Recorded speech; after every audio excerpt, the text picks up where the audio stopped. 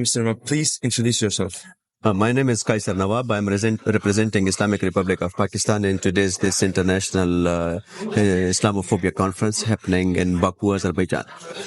Now, my main question about Islamophobia, obviously we know that currently in Europe and most certainly in East Asia, like nations like China, Japan and South Korea, I would actually say that they're actually discriminating Muslim countries and Islamic people.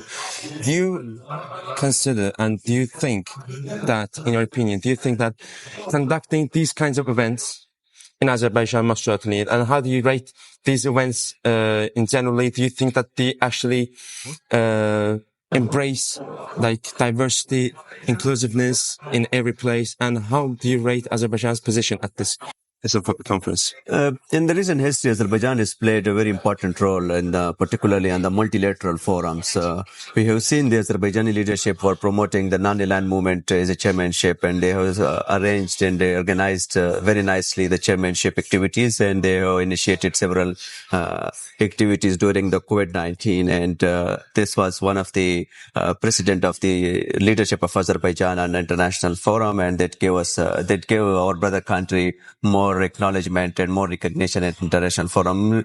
This year is a very interesting year and a very congratulatory year to everybody in Azerbaijan, because Azerbaijan is hosting COP29, which is one of the important conference in today's world, and climate change is a very important issue. Beside this, we have seen there are other international issues which Azerbaijan is also speaking on that. For example, Islamophobia, for example, cultural promotion, and I think this is also important to mention and to acknowledge and to recognize the vision of the leadership of Azerbaijan. And this is very important in today's world, because the world is facing so many other issues pertaining to sustainable development goals. And I think this is important that we should at least eliminate such kind of issue which are human made issues like Islamophobia or other kind of phobia of discrimination, or like this black racism or some color racism as well.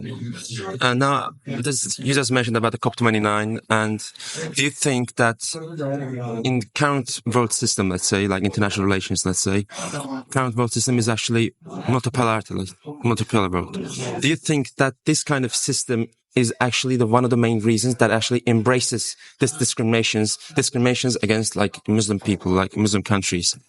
Look, the world cannot be a multipolar world anymore. Why? Because I believe that the world is now interlinked. We are more dependent on each other. The world is a global village now, so we need to be like more linked with each other, and we need to acknowledge and we need to recognize and we need to respect the beliefs of others. And if there is no respect in the beliefs, that will not only create a problem for humanity, but it will create a problem in the business community as well. That will create a problem in the international relations of the communities of the countries as well. And there will be differences in the consensus of the international issues. And this is how we are not even tackling just the recent bigger wars. If you see in the case of Russia-Ukraine war, and then if you see the Palestine and the Israel and happening in Gaza and so many other issues as well. You have seen the case in Karabakh war as well. So Yes. that was the major precedent that the world community was failed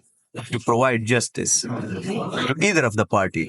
Doesn't matter which one, but this is the reason that the world community now need to recognize to be on a one platform, and rather than to be divided into multipolar world, and to be and then for this platform there are some multilateral organizations like United Nations, and which are actually most of the time violated by the bigger countries, by the developed countries, the so-called advocate of human rights, the so-called advocate of sustainable development, while the poor countries have always respected the international laws and regulation and commitments. And I think the countries like Azerbaijan and others need to play their role in their regions, and this is what Azerbaijan is doing. Thank you so much for giving your time, Mr. Nawab. We appreciate it. Thank you very much for having me.